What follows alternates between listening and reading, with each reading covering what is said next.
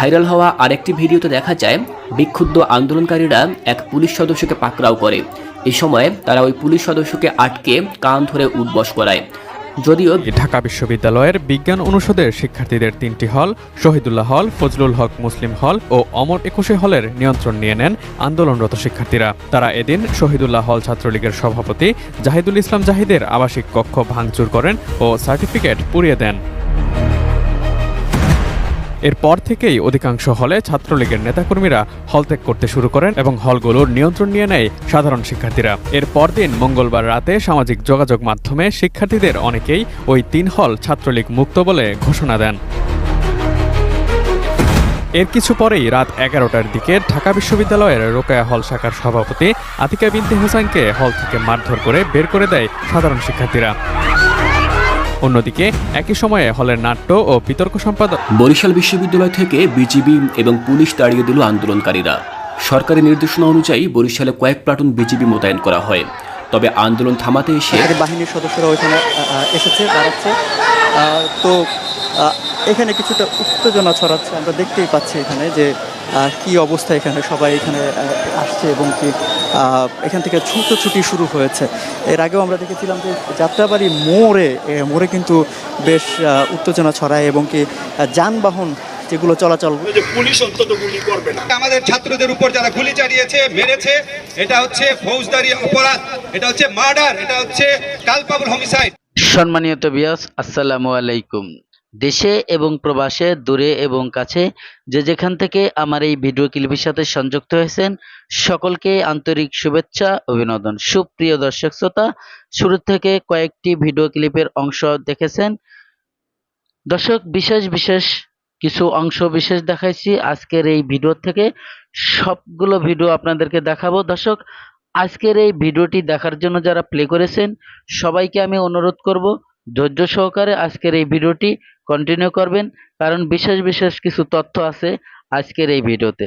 সুপ্রিয় দর্শক শ্রোতা, আপনি যদি বাংলাদেশের একজন সুনাগরিক হয়ে থাকেন অবশ্যই আপনার হয়তো জানা আছে আমাদের বাংলাদেশে এখন কোঠা আন্দোলন নিয়ে একটি রাজনীতি চাল চলতেছে। দর্শক, জানি না এই ঘটনাটি কত দূর যেয়ে গড়ায়। আমাদের মাননীয় প্রধানমন্ত্রী এমনই একটি কথা বলেছে যে নাকি দেশের গার্জিয়ান, যে নাকি দেশের মা বাপ, হত্যাকর্তা সবাই একাই তিনি। তো এমন একটি কথা বলেছে যার জন্য ছাত্র সমাজ পুরো গর্জে উঠেছে এবং সারা বাংলাদেশের ছাত্রছাত্রীরা গরম হয়ে গেছে। দর্শক, এই হচ্ছে আমাদের দেশের পরিস্থিতি, আপনারা ইতিমধ্যে অনেকেই জানেন। তো আমি বেশি কথা বাড়াবো না, চলুন সবগুলো ভিডিওগুলো আমরা একে একে দেখি। এদিকে আমাদের ব্যারিস্টার সুমন ভাই এই কোঠা আন্দোলনকারীকে নিয়ে কি বলেছে এবং বাংলাদেশ সরকারকে সুপ্রিম কোর্টে মামলা ডায়াল করে কি বলেছিল আমরা সেই ভিডিওটিও দেখব। চলুন আমরা সেই ভিডিও ক্লিপটা দেখি, তারপরে ভিডিও শেষে গুরুত্বপূর্ণ আলোচনা থাকবে। অবশ্যই ধৈর্য সহকারে ভিডিওটি কন্টিনিউ করবেন। লাঠি দিয়ে আমাকে চারপাশ থেকে ঘিরে রাখছে। আমি হাত জোর করে বলতে ভাই আমার ছেড়ে দেন, আমি মরে যাব। আমি ওদের কাছে হাত জোর করে বলছি যে আপনারা প্লিজ আমাকে বাঁচান, নাইলে আমাকে মেরে ফেলবে। তো ওই 3জন মহিলা আমাকে পিছনে লুকিয়ে রাখছিল। এরপরে একটু পরে এসে ছাত্রলীগের লোকজন গালাগালি শুরু করছে যে তোরা এখানে কেন, অনেক খারাপ গালাগালি করছে। তখন সবাই দৌড়ে আমরা যখন সামনে গেছি আবার দৌড় দিছি। আবার দৌড় দেওয়ার পর সামনে একটা যাত্রী ছাউনি ছিল। যাত্রী ছাউনিতে অনেকগুলো ছেলে মেয়ে, ওরা মাটিতে শুয়েছিল, ওদের উপর লাঠি দিয়ে পিটাচ্ছিল, ওদের সবাইকে লাঠি দিয়ে পিটাচ্ছিল। ওখান থেকে আমরা কয়েকজন ছিলাম, আমরা দৌড় দিছি। আমরা ওখান থেকে দৌড় দিছি। একটু পরে আবার পিছন থেকে আসছে, আবার পিছন থেকে দৌড়ে আসছে। একটু পরে আমি আবার দৌড় দিছি। আমরা টিচার্স কোয়ার্টারে ওখানে গেট বাজাচ্ছিলাম যে আপনারা খুলেন, ওরা খুলবে না, ওরা কেউ খুলতেছে না। কি নাম আপু আপনার? কথা বলতে দেন। পরে আমি সুভাষিত স্বাধীনতা চত্বরের কাছে এসেছি, তখন অদিতি ছিল শামসুন্নাহর হলে। অদিতি পিছন থেকে ডাক দিছে। পরে আমি আর অদিতি অনেকক্ষণ ওখানে দাঁড়িয়েছিলাম। পরে 2জন মিলে, ও বলছে আপু চল শামসুন্নাহর হলে নিয়ে যাই। পরে 2জন মিলে যখন ওখান থেকে হাঁটা শুরু করছি, একটু পরে দেখি যে একটা ছেলে সে লাঠি নিয়ে দৌড়ে এসে, ওরা সিদ্ধান্ত নিয়েছে ওরা মেয়েদেরকে মারবে না, ওরা লাঠি দিয়ে রিক্সার উপর একটা রিক্সাকে বাড়ি দিয়ে থামায় আমাদেরকে ওই রিক্সায় উঠাইছে। পরে আমরা যখন রিক্সা নিয়ে রওনা দিছি, পাশে অনেকগুলো ছেলেকে তারা লাঠি দিয়ে মারতেছিল। পরে আমরা ঢাকা মেডিকেলে চলে আসছি ওখান থেকে। আর ওরা ইচ্ছা হলো আমি ব্রিটিশ কাউন্সিলে ওখানে লাঠি দিয়ে আমাকে চারপাশ থেকে ঘিরে রাখছে। আমি হাত জোর করে বলতে পারি আমরা চাইলে দেন, আমি মরে যাবো। অনেক খারাপ গালাগালি করে বলছে, আমি তোর টক শো দেখছি, তুই যে কি বলছিস আমি দেখছি। ওরা কারা হামলা করেছে আপনাদের উপর? আমি তো দেখছি ছোট ছোট বাচ্চা, 5 বছরের বাচ্চা খুব খারাপ গালি দিয়ে বলছে এই ওরা তো পালাই যাচ্ছে। তখন পিছন থেকে কতগুলো ছাত্রলীগের ছেলে বলতেছে যে এই তোরা পালাইতে দিছস কেন এইভাবে করে বলতেছিল। পরে এক টোকাইকে আমাদের সামনে ধরছে, একটা ছেলেকে ধরে বলছে ও ছিনতাই করছিল। আমাদের সামনে কতগুলো ছেলে ধরে বলছে তুই কোথা থেকে আসছিস? ও বলতেছে ভাই আমি এখান থেকে, নানান কিছু বলতেছে। আমরা তো এগুলো দেখছি, ওই ছোট ছোট বাচ্চা আমাদের উপর হামলা চালাচ্ছে ইট পাড়া। আমার পাশে একটা ছেলে, আমি জানি না, আমি খুব খারাপ অবস্থা দেখছি ভাই। আমার সামনে একটা ছেলেকে ইট দিয়ে ও পড়ে গেছে। আমি ওর উপর থেকে হোঁচট খেয়ে আমি আবার দৌড় দিছি। ওই ছেলেটাকে আমি তুলে ধরবো, আমার ওই অবস্থা নাই।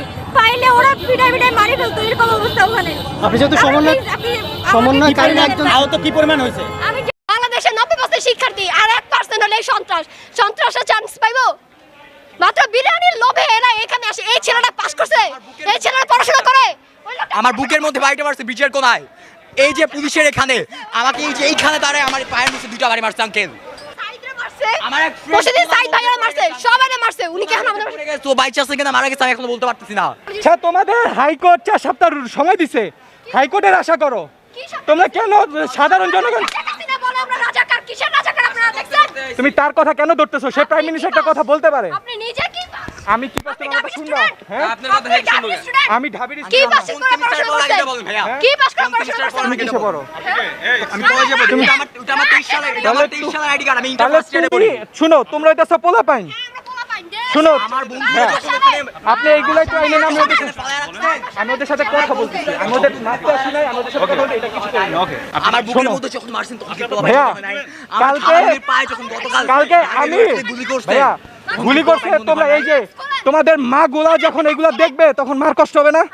আমার মার কি কষ্ট হয় না যখন তার বোন যখন দেখছে তার বোনের পায়ে লেখাপড়া আমার মার কি করবা, কষ্ট হয় না? ঠিক আছে লেখাপড়া করবা, কিন্তু তোমরা পোলা পাইন এখনো, তোমরা এখনো পোলা পাইন, তোমরা এখনো পোলা পাইন, তোমরা এগুলো করো না ভাইয়া। তোমরা মেয়ে মানুষ থাইকো না, ছেলেরা করতেছে, তোমরা যাও। এখানে কি হইলো?